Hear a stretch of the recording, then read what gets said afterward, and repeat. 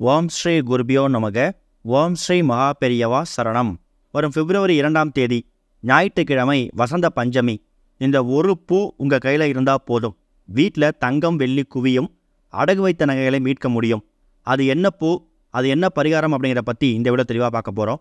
அதுக்கு முன்னாடி நம்மளோட வீடியோஸை இப்போ தான் நீங்கள் ஃபஸ்ட் டைம் பார்க்குறீங்கன்னா மறக்காமல் சப்ஸ்கிரைப் பண்ணிக்கோங்க.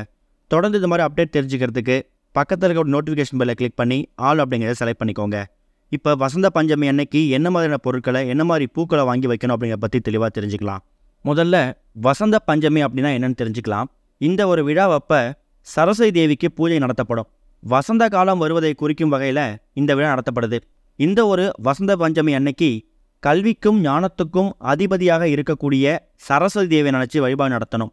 அந்த வகையில் இந்த வருஷம் இந்த வசந்த பஞ்சமி அப்படிங்கிறது பிப்ரவரி 2ஆம் தேதி தொடங்கி அடுத்த நாள் பிப்ரவரி 3ஆம் தேதி காலை நேரம் வரைக்கும் இருக்குது. பிப்ரவரி 3ஆம் தேதி காலையிலேயே பஞ்சமி திதி முடிகிறதால பிப்ரவரி 2ஆம் தேதியே நீங்கள் வசந்த பஞ்சமியை நீங்கள் கொண்டாடலாம். வசந்த பஞ்சமி அப்படிங்கிறது ரொம்ப ரொம்ப முக்கியமான ஒரு பண்டிகை. இந்த பண்டிகையை ஸ்ரீ பஞ்சமி அப்படி இல்லைன்னா கியான் பஞ்சமி அப்படிங்கிற மாதிரி அழைப்பாங்க. வசந்த காலம் வருவதை குறிக்கிற வகையில் இந்த விழா நடத்தப்படுகிறது. இந்த விழா அன்னைக்கு சரஸ்வதிக்கு பூஜை செய்கிறதால எக்கச்சக்கமான செல்வங்களை நீங்கள் பெற முடியும். வசந்த பஞ்சமி அன்னைக்கு சரஸ்வதி தேவியை வணங்கினா அறிவு, ஞானம் இது எல்லாம் கிடைக்கும். அதுபோக சாரதா தேவி, வீணாவதினி இது மாதிரி தெய்வங்களை வழிபடுறதும் ரொம்ப முக்கியம். இந்த ஒரு வசந்த பஞ்சமி அன்னைக்கு சரஸ்வதி தேவிக்கிட்ட நீங்கள் என்ன வரம் வேண்டுறீங்களோ அது அப்படியே கிடைக்குமா. சொல்லப்போனால் இந்த ஒரு வசந்த பஞ்சமி அன்னைக்கு தான் சரஸ்வதி தேவி அவதரிச்சாங்க அப்படிங்கிற மாதிரியும் புராணங்களில் சொல்லப்பட்டிருக்குது. சரஸ்வதி தேவிக்கே படிப்பு சொல்லி கொடுத்தவர் ஹயக்ரீவர். அதனால் இந்த நாளில் சரஸ்வதி தேவியையும் அதே நேரம் ஹயக்ரீவரையும் மனசார வணங்கணும். அப்படி செஞ்சால் ஞானம், கலை திறமைகள் மேம்படும். உங்கள் குழந்தைகளோட படிப்பு மேம்படும். குழந்தைகளோட கல்வி அப்படிங்கிறது மேலோங்கி இருக்கும். அறுவடை திருநாளாகவும் இந்த வசந்த பஞ்சமியை பார்க்குறாங்க. இந்த காலகட்டத்தில் கடுகு செடியிலிருந்து மஞ்சள் நிற பூக்கள் பூக்கும். மாங்காய் மரத்தோட இலைகள் துளிர்த்து காணப்படும். இந்த வருஷம் கேலண்டரில் பார்த்தீங்கன்னா பிப்ரவரி 2ஆம் தேதி பஞ்சமி திதி வருது.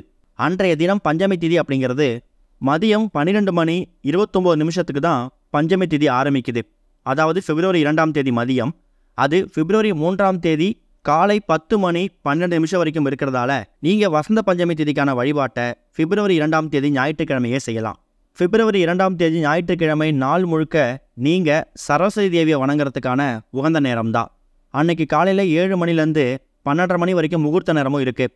அந்த நேரத்தில் கூட நீங்கள் தாராளமாக சரஸ்வதி தேவிக்கு பூஜை செய்யலாம். பிப்ரவரி 2ஆம் தேதி அதிகாலை எழுந்து சுத்தபத்தமாக குளிச்சுட்டு முடிஞ்சால் அன்றைய தினம் மஞ்சள் நிற ஆடைகளை உடுத்துறதுக்கு முயற்சி பண்ணுங்கள்.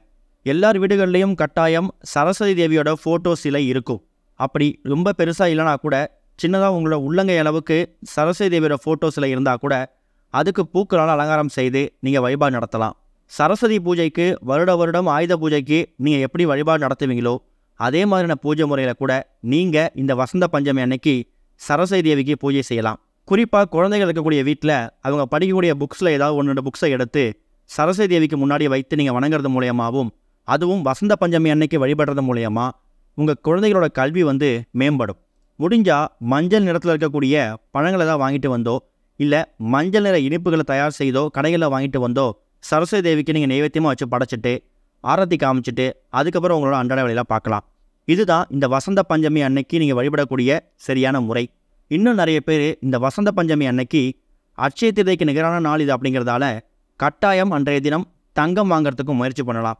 அதாவது இந்த வசந்த பஞ்சமி அப்படிங்கிறது துளிர்த்து விடக்கூடிய ஒரு காலம், வசந்த காலம் வீசக்கூடிய ஒரு நாள், வசந்த காலம் வீசக்கூடிய நாட்களுக்கான ஆரம்ப புள்ளி. இந்த நாளில் நீங்கள் என்ன செய்கிறீங்களோ என்ன வாங்குறீங்களோ அது பன்மடங்கு வளர்ந்துக்கிட்டே போகும், பசுமையாக செழிப்பாக வளரும். அதனால் வசந்த பஞ்சமி அன்னைக்கு 1 கிராம் 2 கிராம் தங்க நகை வாங்கணும்னு நினைக்கிறவங்க கூட கட்டாயம் நீங்கள் வாங்கிட்டு வந்து வீட்டில் வைக்கலாம். பிப்ரவரி 2ஆம் தேதி மாலை ஒரு 6-7 மணிக்கு மேலே போயிட்டு கூட நீங்கள் வாங்கிட்டு வந்து வீட்டில் வைக்கிறது சிறப்பு. சரி, ஒருவேளை உங்களால் வசந்த பஞ்சமி அன்னைக்கு தங்க நகைகள் வாங்கணும் ஒரு ஆசை இருக்கும். ஆனால் தங்க நகைகள் வாங்கிறதுக்கான பொருளாதார சூழ்நிலை அப்படிங்கிறது கொஞ்சம் இல்லாமல் இருக்கலாம். அப்படிப்பட்ட நபர்களுக்கான ஒரு மாற்று வழி தான் இப்போ நாம் சொல்லக்கூடிய இந்த மலர் இருக்குல்ல, இந்த ஒரு பூ. இந்த பூ ரொம்ப எளிதாக எல்லாரோட பக்கத்துலேயும் கிடைக்கக்கூடிய ஒரு பூ தான்.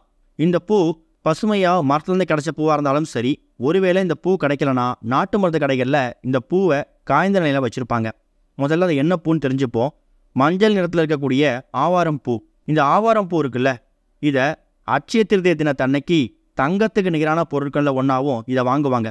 குண்டுமணி தங்கம் கூட அட்சய திருதி அன்னைக்கு வாங்க முடியல அப்படின்னு கவலைப்படுறவங்களுக்கு ஒரு மாற்று வழி தான் இந்த ஒரு ஆவாரம் பூவை வாங்குறதுக்கான வழிமுறை.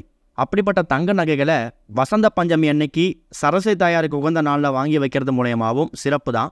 ஒருவேளை உங்களால் தங்க நகைகளை வாங்கி வைக்க முடியாதவங்க ஆவாரம் பூ பக்கத்தில் எங்கேயாவது கிடச்சிதுன்னா அதை வாங்கிட்டு வந்தோ பறிச்சுட்டு வந்தோ நீங்கள் வீட்டில் வைக்கிறது சிறப்பு.